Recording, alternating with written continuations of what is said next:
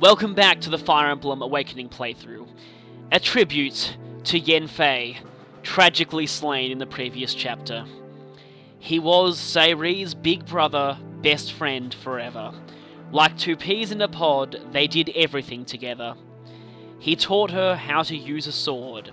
He dropped a weapon for our lords. They shared their hopes, they shared their dreams. And Excellus is going to freaking die!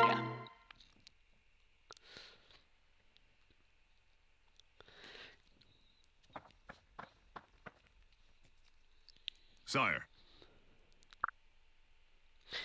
Meanwhile, the rest of the army learns the news of this. We lost 2 great men last chapter. Gods! Flavia saw it. Basilio is gone. Why is it the cool leader character always dies?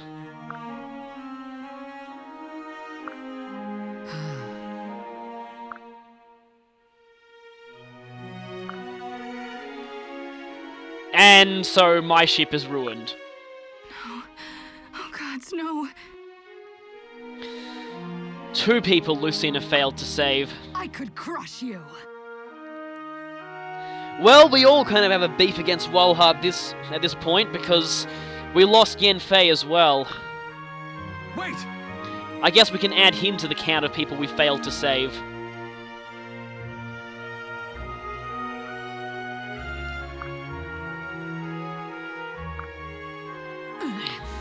Yeah, rushing in right now, well, I mean, in a way it would be honouring his memory, because that's exactly what he would do, but, we'd just get ourselves killed, and that would be no way to honour him.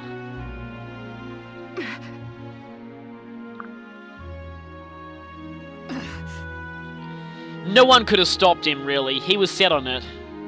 And his sacrifice did make sure that Walhart didn't attack us as reinforcements in the last chapter while we were taking on Yanfei, and that would have been horrible if it had happened. But he also managed to entrust us with this, and yeah, it turns out that the Feroxy gemstone is the life sphere it would be. Used to be in possession of Hardin's brother, the King of Aurelis, back in Marth's games. It also used to be ridiculously broken back in Mystery of the Emblem, and if it still worked that way, Basilio would definitely still be alive, or would he? He'd have to survive a turn. Back in the original Mystery of the Emblem, the life sphere restored the holder to full health at the beginning of every turn. They changed that in the remake, so it only restored 20 HP, because that was kind of broken. Right.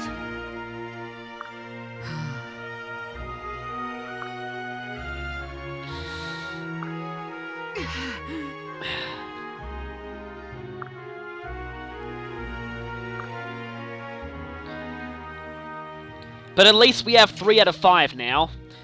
So that would be the light sphere. Well, it's a bit weird because the star sphere became green in the remakes, but I think the blue one is meant to be the star sphere now. Now. Wait a minute, Walhart just retreated? That's strange. Right. Yeah. What are they planning? That or they were just so shocked that we were able to take down Yanfei. Really? Yes. That's a good prospect. Now that the Empire is weakening, maybe they think, hey, maybe there's more in it for us if we side with the Resistance.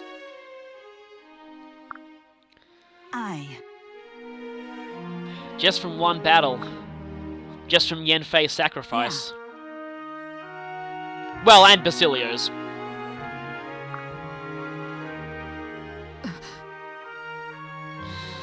They should be acknowledging Yanfei here, because in a way, he did mean for Sayri to kill him, and by doing that, he weakened the Empire, so that's something else that his sacrifice did.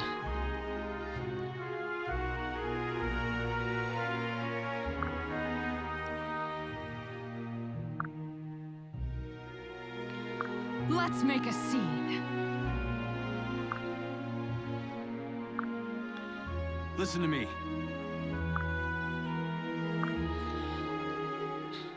Yes, it's time for the final decisive battle. The Conqueror's reign ends... Oh, is that a side quest?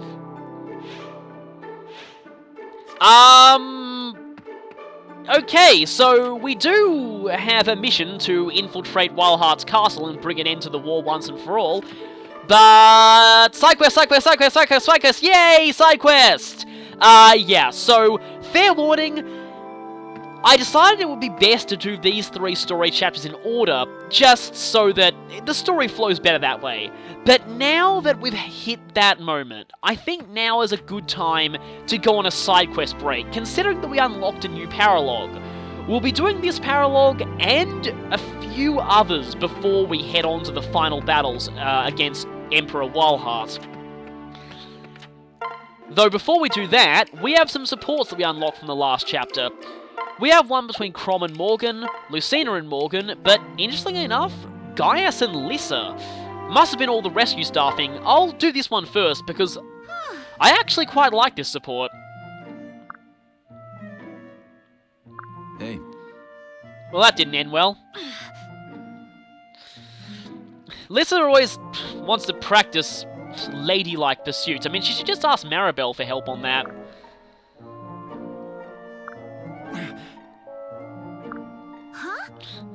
See, that's the problem with healers. They can't heal themselves. Unless you have a Balmwood staff. That's a rare thing you can get off of event tiles that can be used to heal yourself.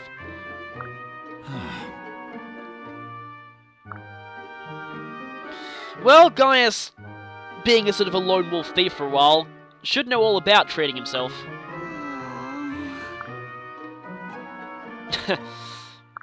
Nope.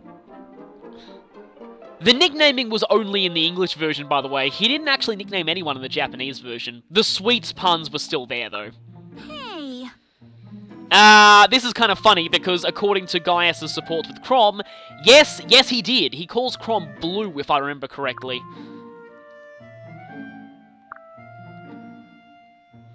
Well, the thing is, Lissa, you do have some of the worst defense out of anyone here. I love that line. Exactly. It's kind of a feature of clerics in Fire Emblem. Staff users, they tend to be made of glass. Huh? Do we have to?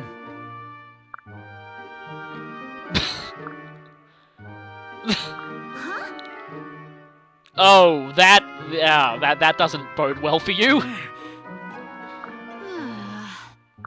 Right.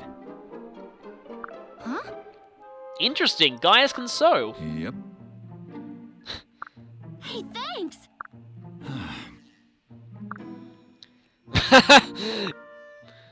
Yeah, Lissa taking up jousting may be a little bit safer than her making abomination cats. I'm wondering which of these actually... Yeah, I'll do Crom and Morgan first, because, again, this one's fairly generic. Father.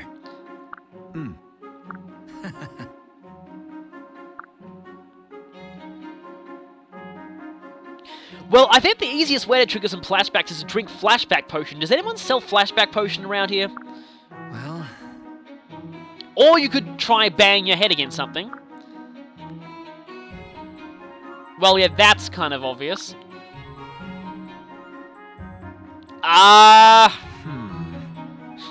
It's about this point that if a certain character is Morgan's father, he says something that, yeah, a lot of people end up hating him for. Yes. Although, admittedly, Crom's brand is on his arm, not in his eyes.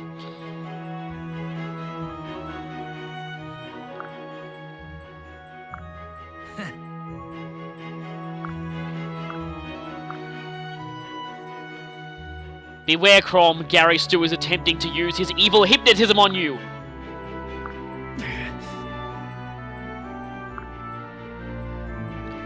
This line's quite funny, though, because it's so true. Huh? This happens to me quite often.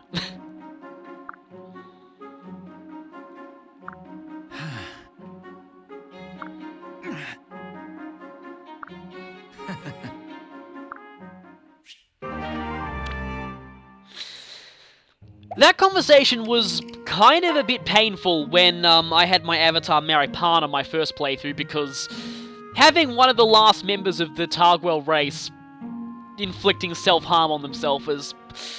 yeah, not good at all.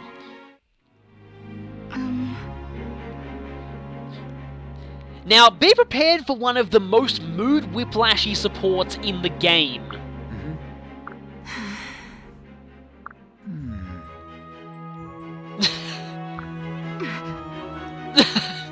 So, yeah, and this happened with all of Lucina's siblings. They're using the Falchion, a legendary sword, to cut fruit.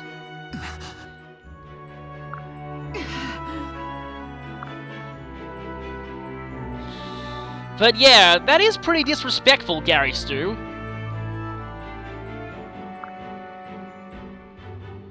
I think that was what he was trying to do in the first place. It's simple.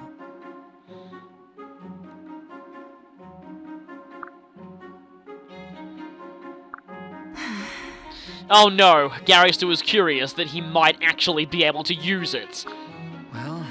And if he does, we're all doomed. Huh? Oh. Well, really, Gary Stu had no opportunity to steal it from her in the future. What?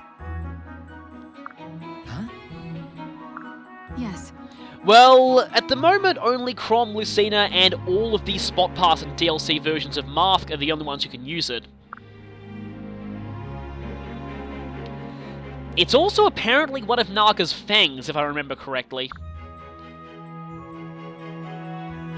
Or at least it was made from one of their fangs. I see.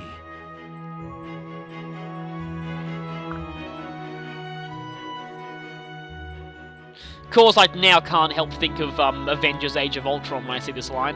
No. Oh no! Maybe he is worthy and we're all doomed.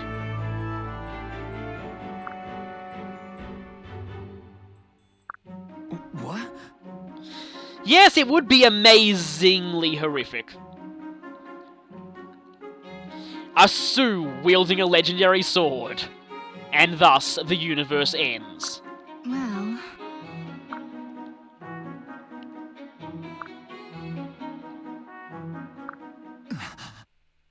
And here's the giant mood whiplash. Yes.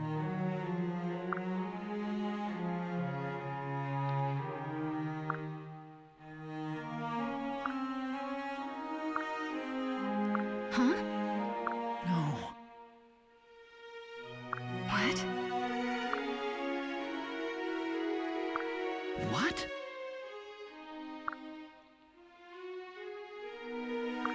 But don't you see?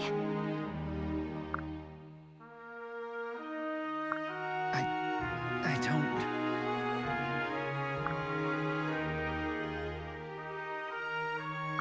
No, wait.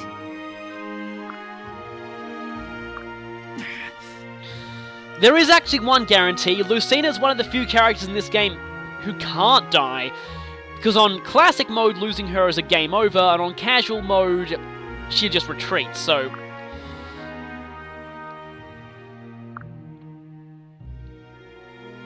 And mood whiplash again.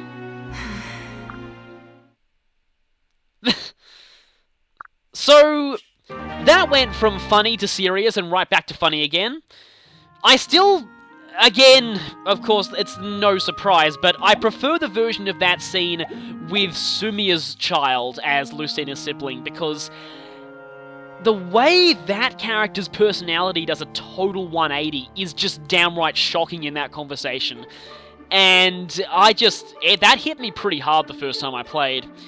Anyway, though, we're going to do this Paralog first. This, you'll see it's quite a late Paralog number, because this is technically the one right after all the child Paralogs, but it is considerably easier than most of them. We're heading to the Divine Dragon Grounds for Paralog 17. Why are we going here? We'll find out in a moment. Also, this map kind of looks pretty. This is a bit of a mood clash considering what just happened in the story, but Right. maybe we do need to get away from our troubles for a moment.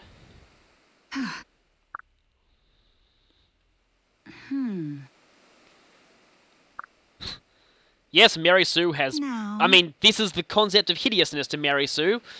Beautiful to her is gothic clothing and blood. This is the place the Divine Dragon once called home. Interesting considering it's not in Arcania.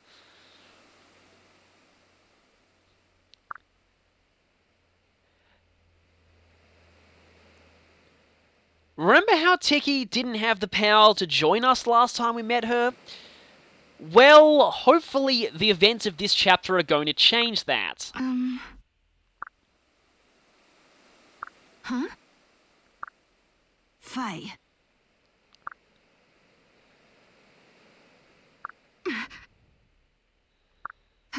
Well, I mean, Tiki does sleep quite a lot, but, this time she's not really. Hey, Oh, of course we're under attack. Why wouldn't we be? So this is another one of those chapters that while the goal of it is technically to rout the enemy, it's basically a defense chapter. Well, a defense chapter if you want to get the real reward of this chapter, which is recruiting Tiki to our side. We'll have to just beat this chapter in order to get her. And she's basically completely unable to defend herself in this state. So we're going to have to protect her. Which is easier said than done, considering that every single enemy on this map is a flying unit. And they're going to make a beeline right for her. The enemies in this chapter are actually quite smart. Also, this is a pretty huge map with some nice looking cliffs, but most of it we won't really be walking on. And we're actually not going to be moving very far in this map at all, really. Also notice this boss will actually move. So we have Griffin Riders, Falcon Knights, and Wyvern. I believe this is the first time we're actually seeing Wyvern Lords here. They have pretty cool helmets.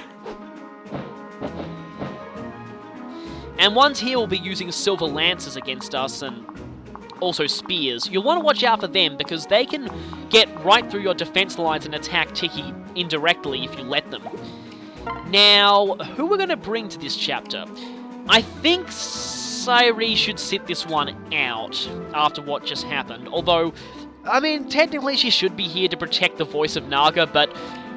okay, we want as much defense as possible, because we're going to need to form basically a wall around Tiki, and movement doesn't really matter, because we're not going to be moving very much in this chapter at all.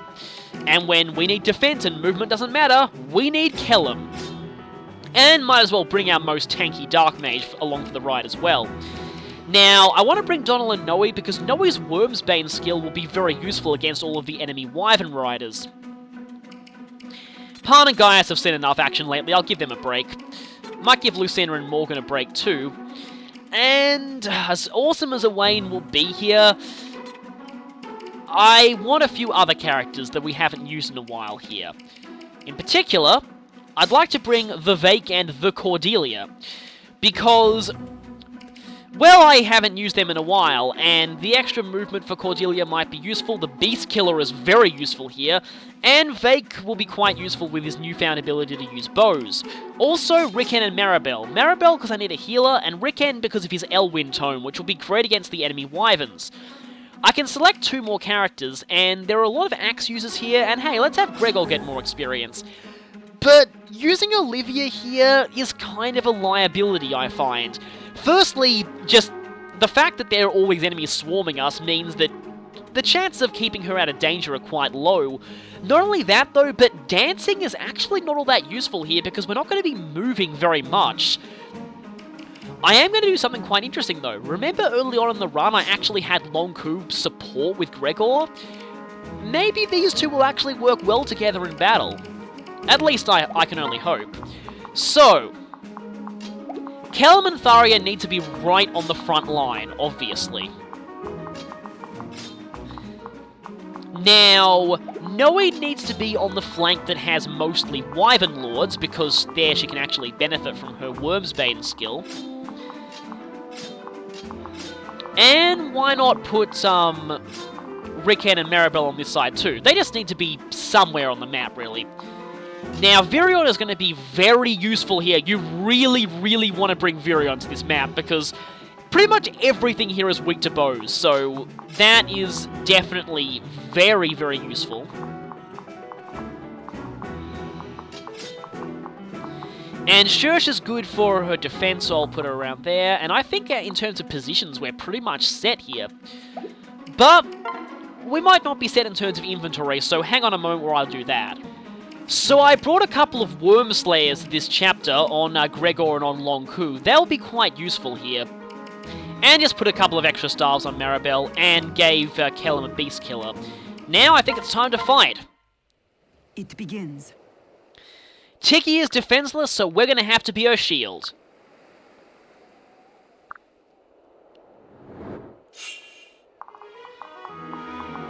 We haven't heard this music for a while, actually.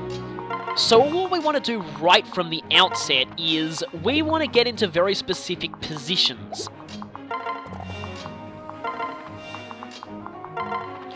Firstly, since Chrome has no pair-up buddy, I'm going to put him kind of out of the way. Up there to block off the top part of Tiki from being attacked. Next, we're going to move everyone in a certain way. Now, you could just surround her like this, but that leaves her vulnerable to the long-range weapons like the spears. What I prefer to do is to surround her in kind of a diamond shape. That way, she actually doesn't get, also, she needs to pair up with Kellum. That way, she doesn't really get attacked by any of those long-range weapons, because none of them will be able to reach her.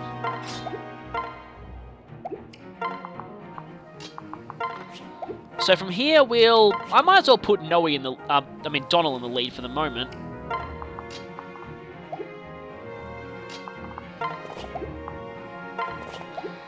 And I guess block off around here with Rickon. And we'll pretty much just repeat this with our other characters.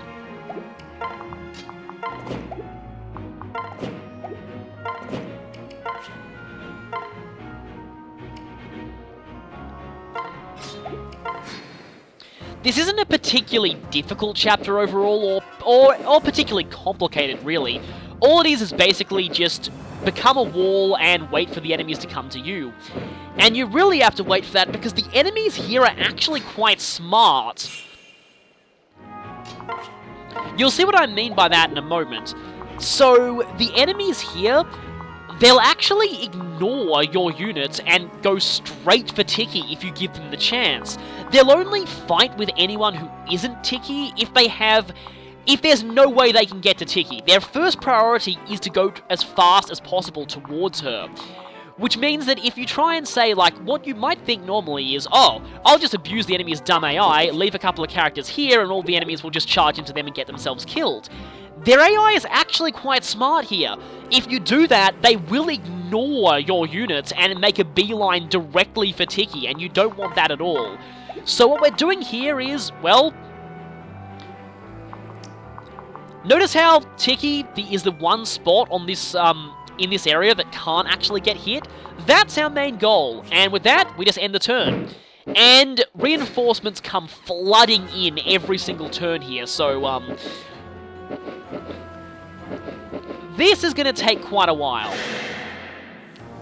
Hopefully, oh, I thought Gregor would be doubling with Long Ku's pair-up bonus.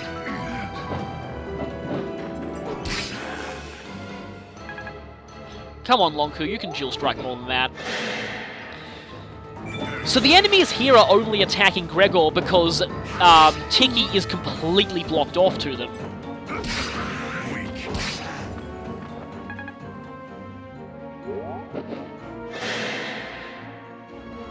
So the enemies will only fight you if they literally have no other choice.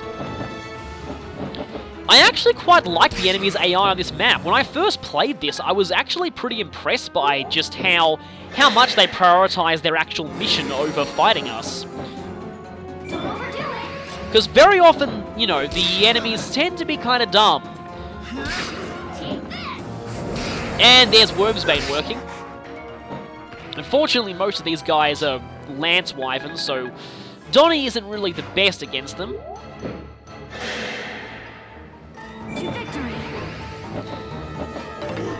Well, that was an Axe Wyvern. But hey, the Axe Wyvern wasn't attacking Donnie, the sword user.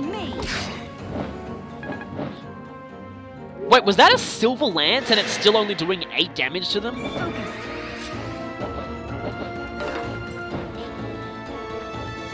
Well, Vake's working pretty well here. Looks like Teach just got tenure. Yes, you did.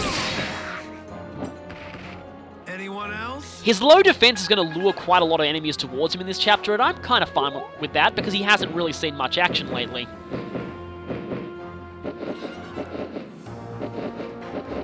So, yeah, lots and lots of enemies to deal with. Ricken's Elwyn Tome is excellent against these enemy Wyvern Riders, though.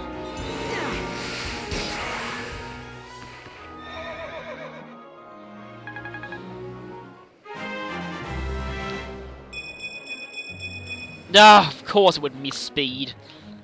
He's getting pretty balanced stats all round. Dark Knight's quite a good class just for overall balance. And why not just use the Beast Killer? Let's just go for overkill. Stealthy. And with that, Kellum should be level 5 and pick up a very useful skill for this mission. Hey, gaining speed's good. Rally Defense. That's actually going to be very, very useful here. Let's see. Yeah, don't waste that killer bow.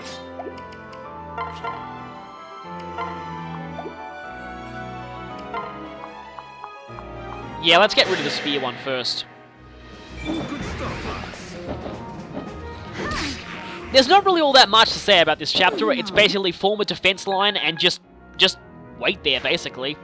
Pick off any enemies that are within your range, but other than that, don't be stupid and break your defense line or anything. Not that I'd ever consider doing that. Oh yeah, a Dark Flyer just spawned with a Thoron Tome, so she can be kind of brutal, especially since Donald doesn't have all that much in the way of resistance at the moment. And I'm going to have to keep using that vulnerable. Probably should have given Gregor a concoction. And even more reinforcements. This chapter is pretty crazy about them, but fortunately they spawn very far away from you, so they're usually not too threatening. It's more like the enemies just attack in waves. Virion, why are you not dual striking? Your chance should be over 70% by now. Oh, that's pretty good. And Quick Burn. This increases accuracy and evasion by 1 point each, well, actually, it lowers them by 1 point each turn, but you start out with a boost of plus 15 to each of them. Again, I don't know if when you learn the skill it takes effect immediately, or if it actually considers you to be on a later turn and so has already lowered a little bit in effectiveness. I could use a few dual guards, thank you! I'm not really exposing Cordelia here because these enemies can do quite a lot of damage to her, especially the axe users. Pretty much the stat growth you'd expect out of a warrior, really. They're all about HP and strength. Though if Vake got his level 5 skill, it actually might be kinda helpful here.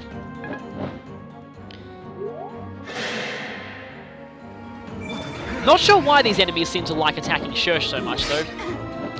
She is taking a bit of damage, but she'll hold out. Moving on. If I could use the Fortify Staff, the healer that I currently have brought here doesn't actually,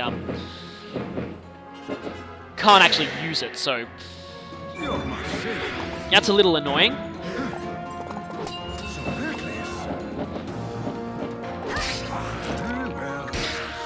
I might just end up discussing random things this chapter because there's really not all that much to talk about. It's pretty basic overall. Oh, hey, Walt's bow finally broke. Well, that bow was probably more useful than Walt himself could ever hope to be. Fire Emblem 6 jokes. You just equipped the killer bow, didn't you? Thank you. Also, we get a very good shot there of Shursh's ridiculously inappropriate back armor. You should not be, I think everyone's gazing at church right now. You should not be wearing that kind of thing on a battlefield. Just really, really not. It's not a good idea. See, Fire Emblem's usually pretty good about characters wearing appropriate armor for battlefield situations, but, I mean, mages usually don't, but, I mean, they're sort of meant to wear... Oh, wow, that was sneaky. Oh, sweet lord, no. Yeah, you deserve to be overkilled for that. Ouch. Is that the first time an enemy's ever critical us? It might be. Of course, pretty much everything here that isn't a Dark Flyer does absolutely nothing to kill him, so I'm generally fine with that. He doesn't still have the elixir, though. I might have to switch over to Tharia, and as much as I would like to use the Elwind, I think she has a better chance of survival if I go for Nosferatu. She is running out of these tomes, though. But I think we can buy them now. You deserved worse. Yes, yes, you... Well, you weren't the one who critical kill him, but you were standing next to them, so you deserve worse anyway.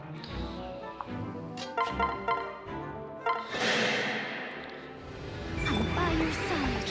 Lucky occasion of a Pegasus Knight actually being weakened enough to be taken out by Wind Magic. Usually, even with the effectiveness bonus, their massive resistance means they usually don't die to Wind Magic very often. Ha! And we get the trifecta there, a 000 on the enemy. I always love it when that happens. Donnie has a tendency to do that a lot, by the way. By 000, I mean... Yeah, look at the enemy's battle stats on the bottom screen there. It's over. And I think Donnie should almost be ready to upgrade. Probably should have given him a Master Seal. Because, yep, he's maxed everything that I sort of want him to max. The problem is that if I move Crom out of the way, Tiki is going to get hit, most likely.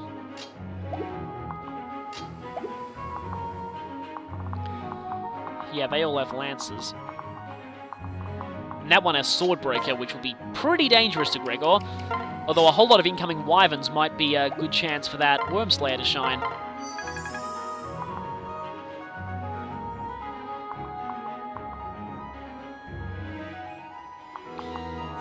And one more turn. I mean, like another turn down.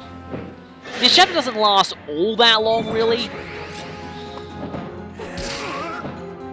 Ow. Careless.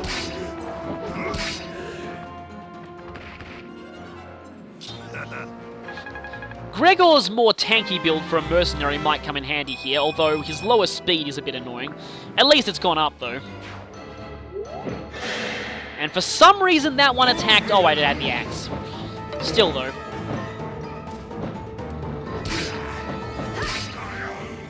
Why is it Virion dual striking? Is he gone back to his, like, early game state where he was basically sucking? Shall we mop up?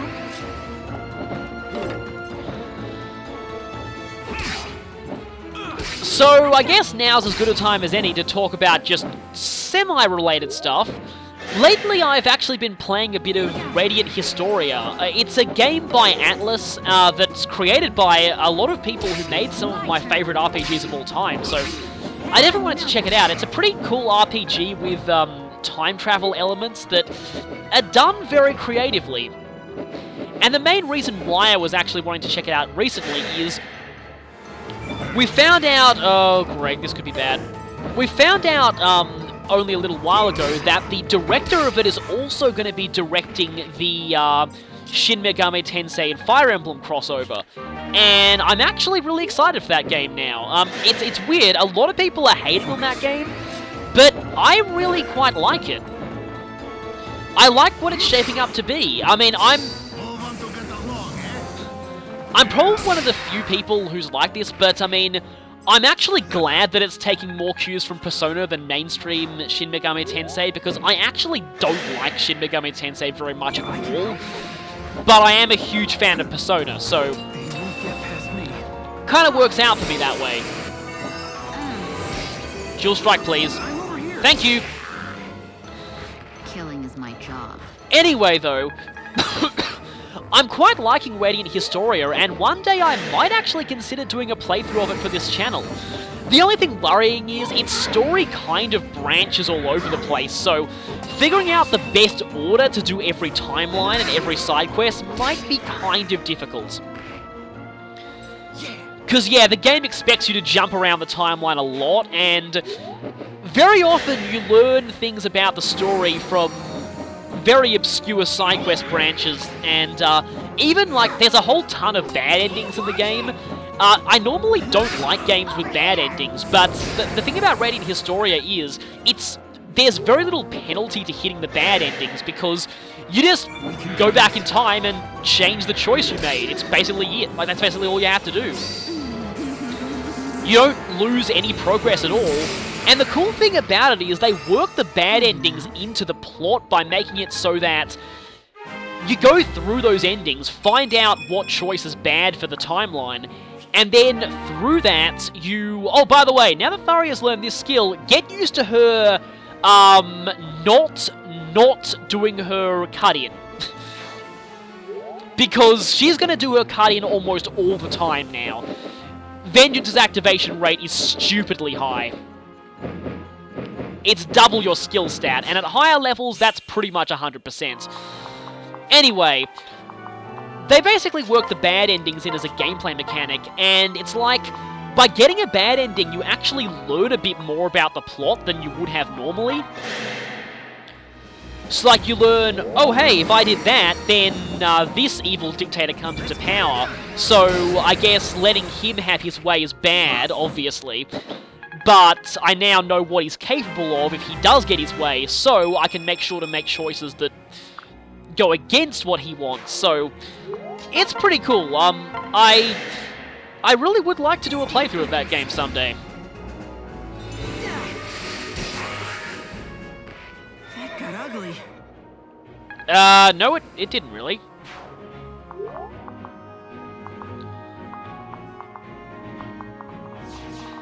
Now, I believe we're close to the end of this chapter. Once the boss starts moving, that's basically chapter almost over. And that's probably when we can afford to actually break ranks for once.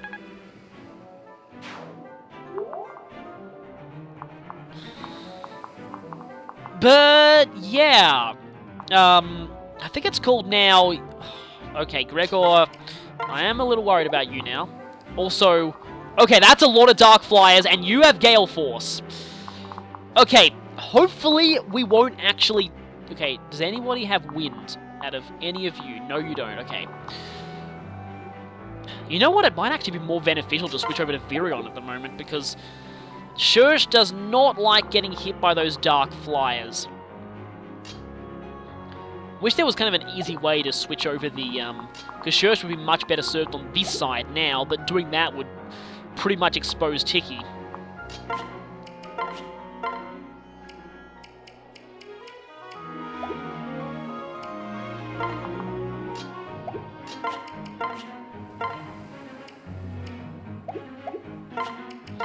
Probably have to switch over to Longku.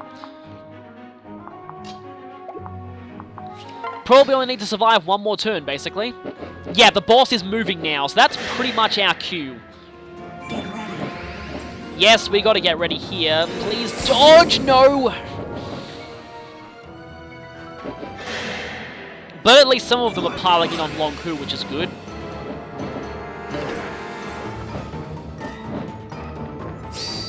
No hard feelings.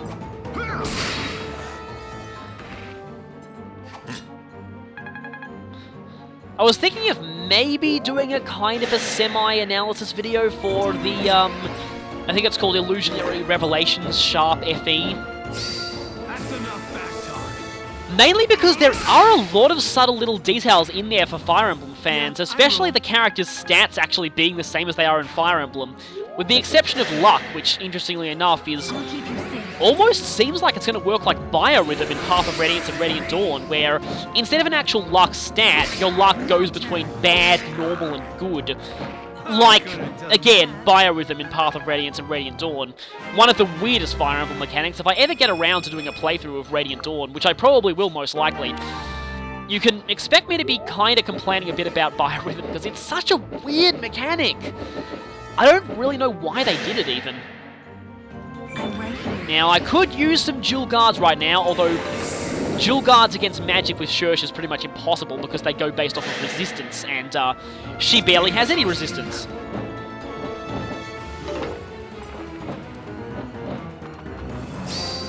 I'll make this quick. Well, that certainly was quick. Wow, exactly enough, too. You're no warrior. The only other thing I could talk about is, lately I have managed to find quite a lot of amiibos. I have all the Fire Emblem amiibos now. Well, I mean, until Roy comes out. Amiibos recently got a pretty major restock over in Australia, and seriously, if you people in America are having trouble getting certain amiibos, try importing from Australia, because we have so many rare ones. Like, also, our rarities are quite different. Like, Jigglypuff is actually absurdly common over here. For some reason, it's a stupidly rare thing in America, but, over here, the idea of Jigglypuff being rare is downright laughable. It's everywhere in stores. I can handle myself. Anyway, I recently found some things like Wii Fit Trainer, Ness, Meta Knight, DDD, Lucario, Rosalina. So many ones that are usually quite rare, and they're quite easy to find around here lately. You want some? Still haven't managed to find Shulk. Shulk is the one amiibo I actually still want, and I have not found a Shulk yet. Okay, let's hope that Vake dodges most of these. Looks like Teach just got tenure. But anyway, one thing that I was wanting to ask you guys' permission first. I have so many amiibos at the moment just sitting here in a giant wall that I was partly considering doing a mass amiibo unboxing video, but the only thing I worry about with that is I worry if it will be a bit of a, yeah, look at me, I have all these rare ones and you can't get them. So, I don't want to feel like I'm taunting people, basically. Which, you know, I'm not really one to do that. So if you don't want me to do that, then just say so. Well, went through a whole Silver Lance there. I had a feeling that would hit, actually.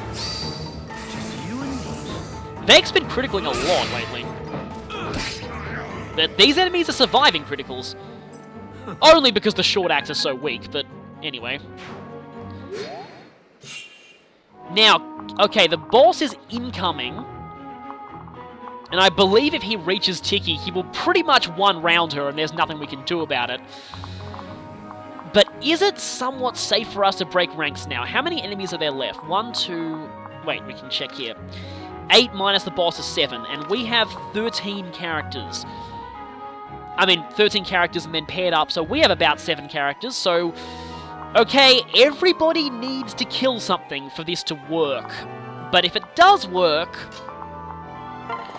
well, that'll be great. Why can't you double that guy, Riken?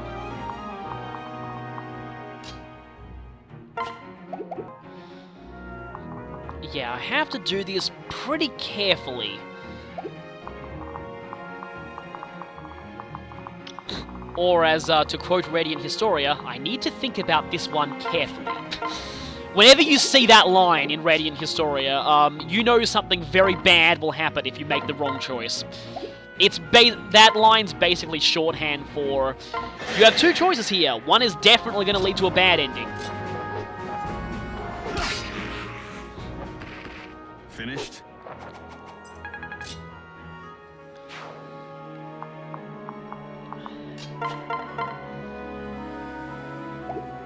Let's see. Let's take out you.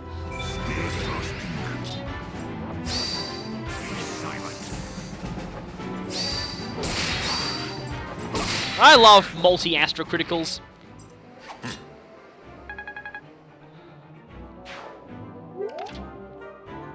Gregor did get at least 1 level here.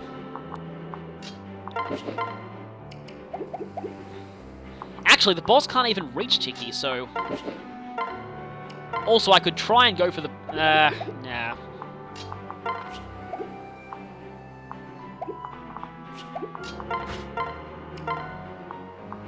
You can't even double those. Probably gonna have to use Kellam's Beast Killer here.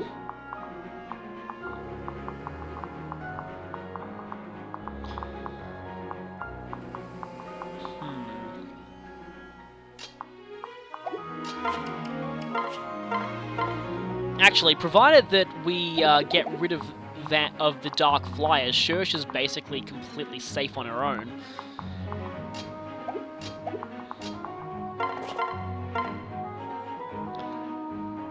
I doubt a Maribel Jewel Strike is actually going to help here, though. Pay attention. Come on, critical. Nope. Right here, you worm. Oh, really? Oh, that's painful. But I can at least get exactly enough to take this thing out.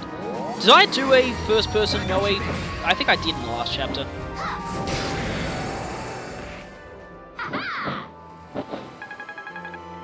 Yeah, you protect your fellow Dragonkin, Noe.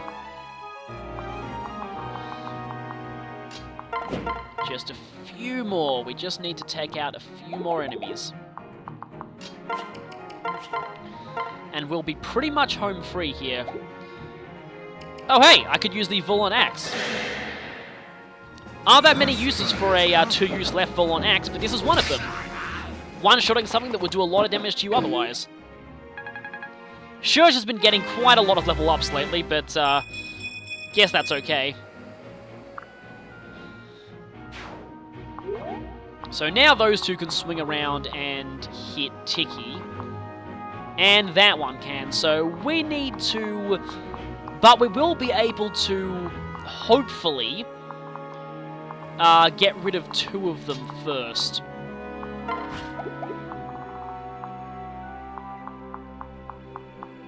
Though, we will have to use Kellam's Beast Killer for one of them, most likely. See, even the Silver Axe enemies can't do anything to Kellam. I mean, that's just amazing. Except Kellam doesn't one-shot these guys with the Beast Killer. That's not amazing.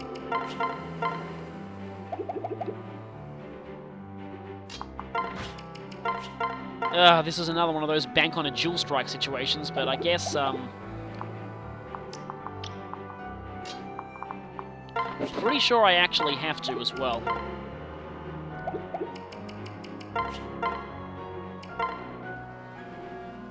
Actually, I should have equipped that Beast Killer right from the start.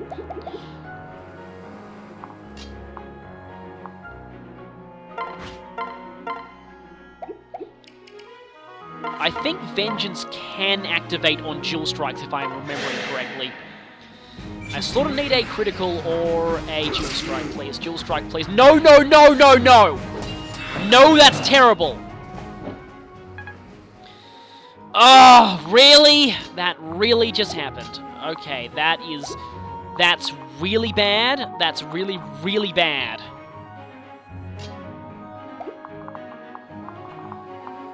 They all have Silver Axes. They all do equal damage to Tiki. I may have just lost this because my characters refused to Jewel Strike. Brilliant!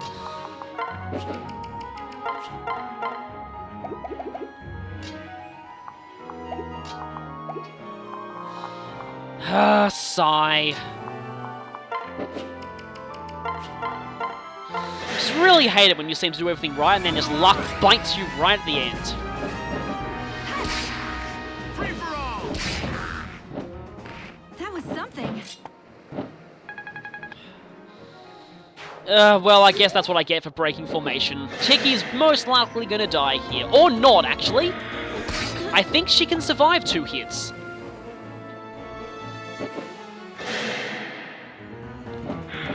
Yeah, it's actually not a game over if you lose, or she can dodge. Even though she was supposed to be completely immobile while doing the ritual, but anyway. Okay, we've won this. I panicked for nothing. Now, okay, who needs to take out the boss? I almost feel like Cordelia's actually our lowest level here. Except he has Lancebreaker, of course he does. Yeah, so Cordelia has to just take out this one. Lancebreaker is a really useful skill for Griffin Riders because the Beast Killer happens to be a lance, so getting a massive boost to accuracy and evasion against enemy Beast Killer users, it's actually really good. Also makes Lancebreaker a great skill to pass down to Targwell, hint hint. Ricken's actually quite high level though. Just trying to think of who needs this. I mean, technically Maribel, but I mean, why would I have her dangerously risk her life to get a potential... Although Maribel could actually finish off that one. I actually just want to check it just for her accuracy. Oh, 100% accurate. Although she does have a bonus from these two.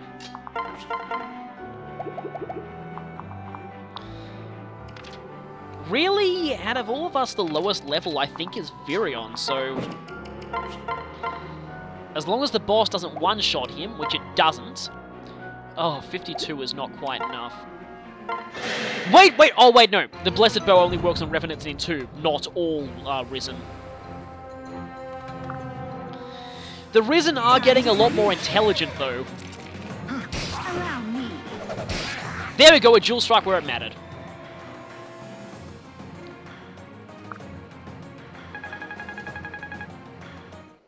Wasn't a level up, but still a lot of... And we broke that axe, but that's fine. And we get another Hammer and Staff for repairing an ally's weapon. How ironic after we just broke one of them. You know what? Let's actually just go for it. We fight together. You know, seeing Maribel's critical quote Big mistake. Huh? would be really nice. Is that all? Thanks, Maribel. Not quite enough for a level up, but that was still pretty awesome. And that chapter is over. We successfully protected the voice. And get to hear this amazing music again. Thank you.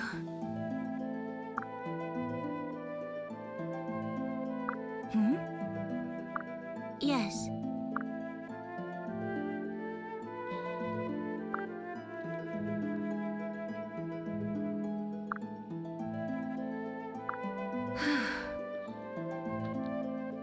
Your power had a purpose 2,000 years ago, too. But don't you see?